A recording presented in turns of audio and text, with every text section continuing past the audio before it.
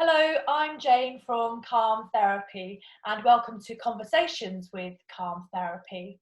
I hope you are all healthy at the beginning of this fourth week of quarantine now. We're sailing along, hopefully everyone, and keeping calm.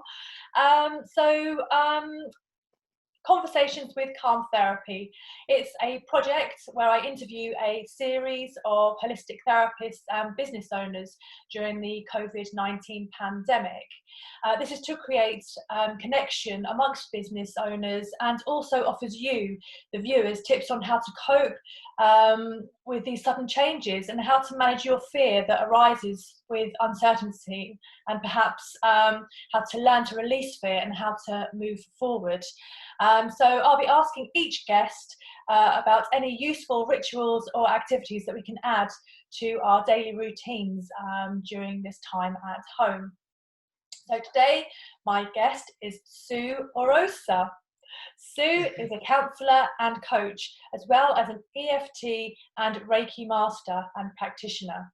She also runs a personal development workshops and trainings for mental health professionals. So hello, Sue, and welcome. Hello, Jane. Lovely to see you on here. Lovely to see you too. So please, can you introduce yourself a little bit? Give us a brief background about what you do and the work you're doing now. So, thank you, Jane. So I'm a coach and a counsellor, and so I'm doing a lot of my work online at the moment, of course, and I do run a couple of programs, online programs for people as well. And also I do EFT with my clients as well, emotional freedom technique, and I run Reiki trainings as well, level 1, 2 and 3. Yeah. I was just going to squeeze in something else that I also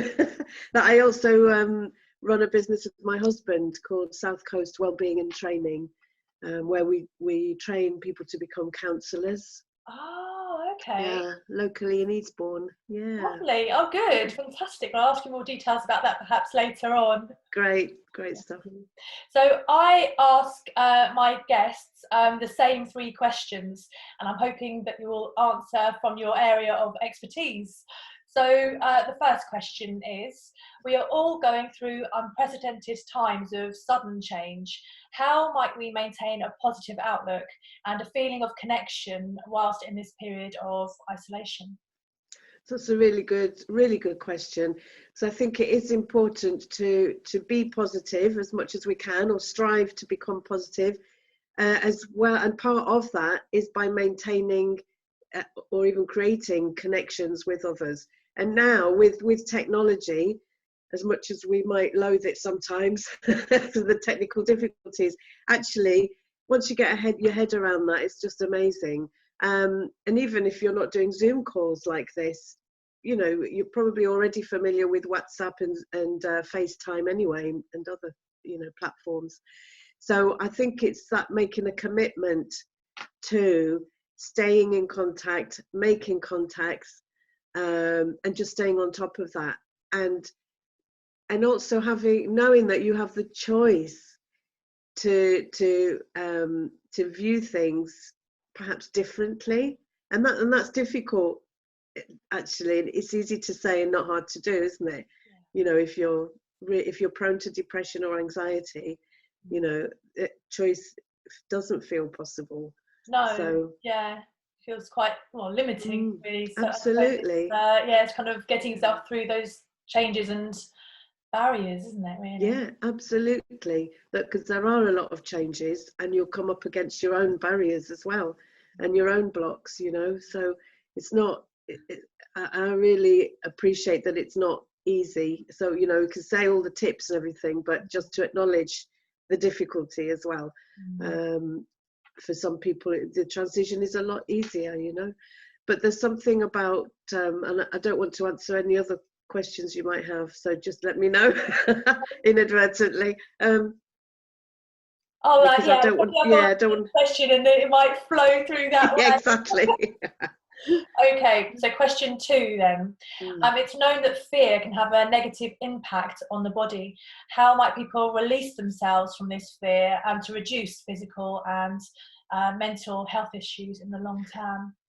Absolutely, you're right. Fear and stress, worry, anxiety all have negative, as you say, impacts on the body. It's huge. It makes the body contract.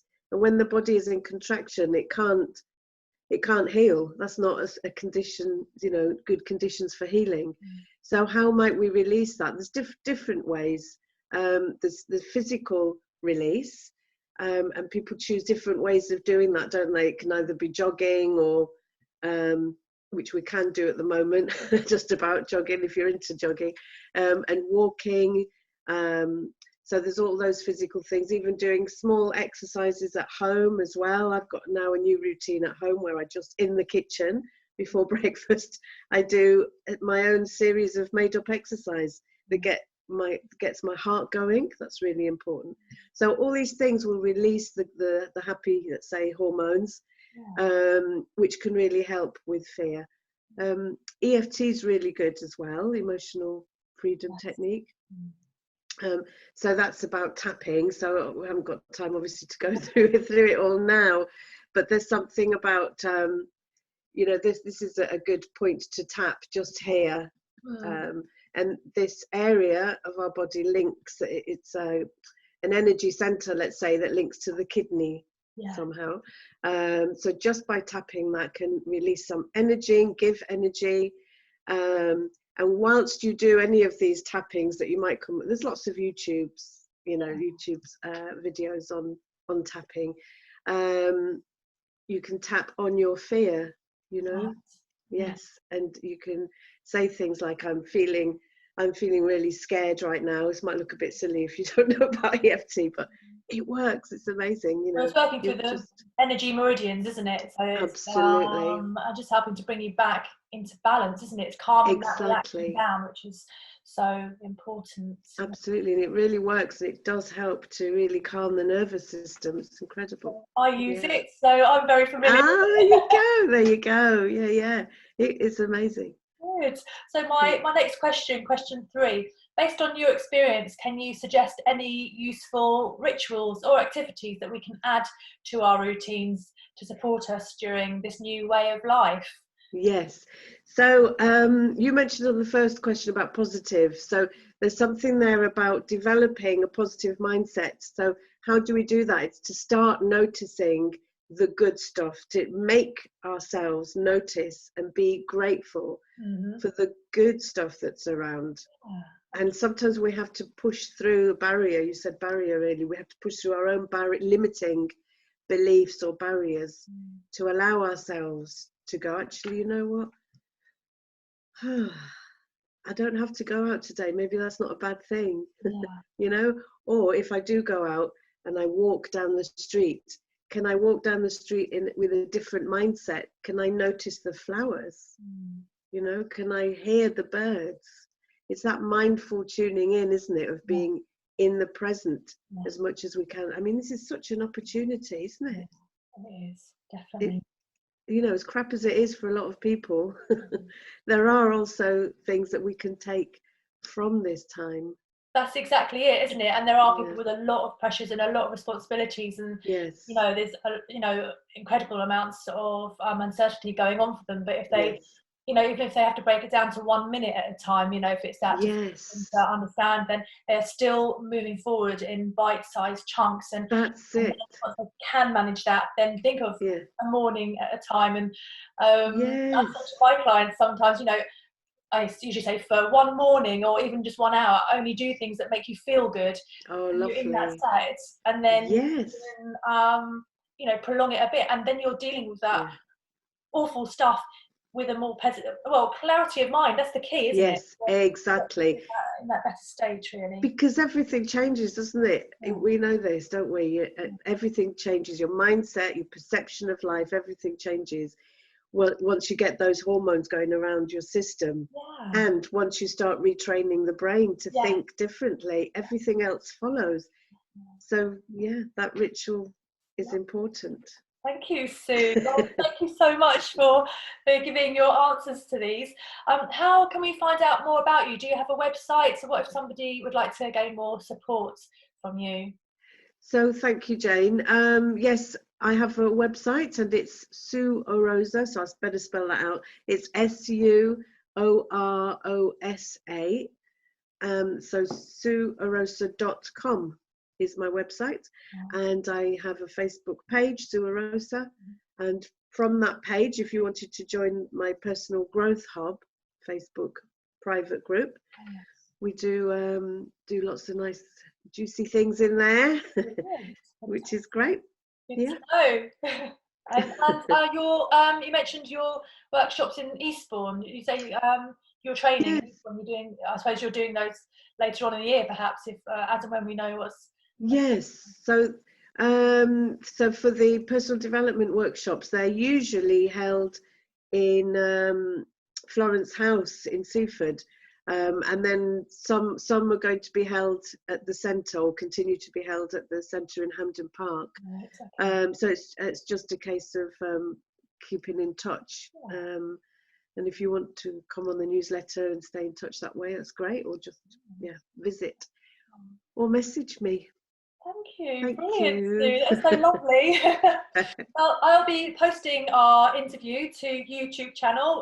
The YouTube channel is Conversations with Calm Therapy. So please subscribe to my channel and share it to your social media. Click subscribe and share, everybody, so you can all keep up to date with latest interviews coming up as I post them.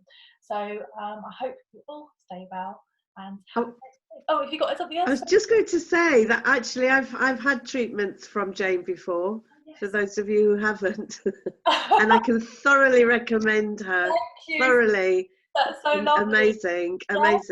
And I know other people I've recommended who say the same. Oh, brilliant. I'm so pleased you saying that. Call out for you too. Yeah, absolutely. Thank you. It's very kind.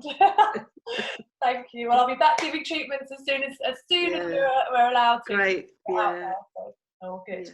Right, lovely. Well, thank you very much. Okay. Thank you, Jane. Thanks.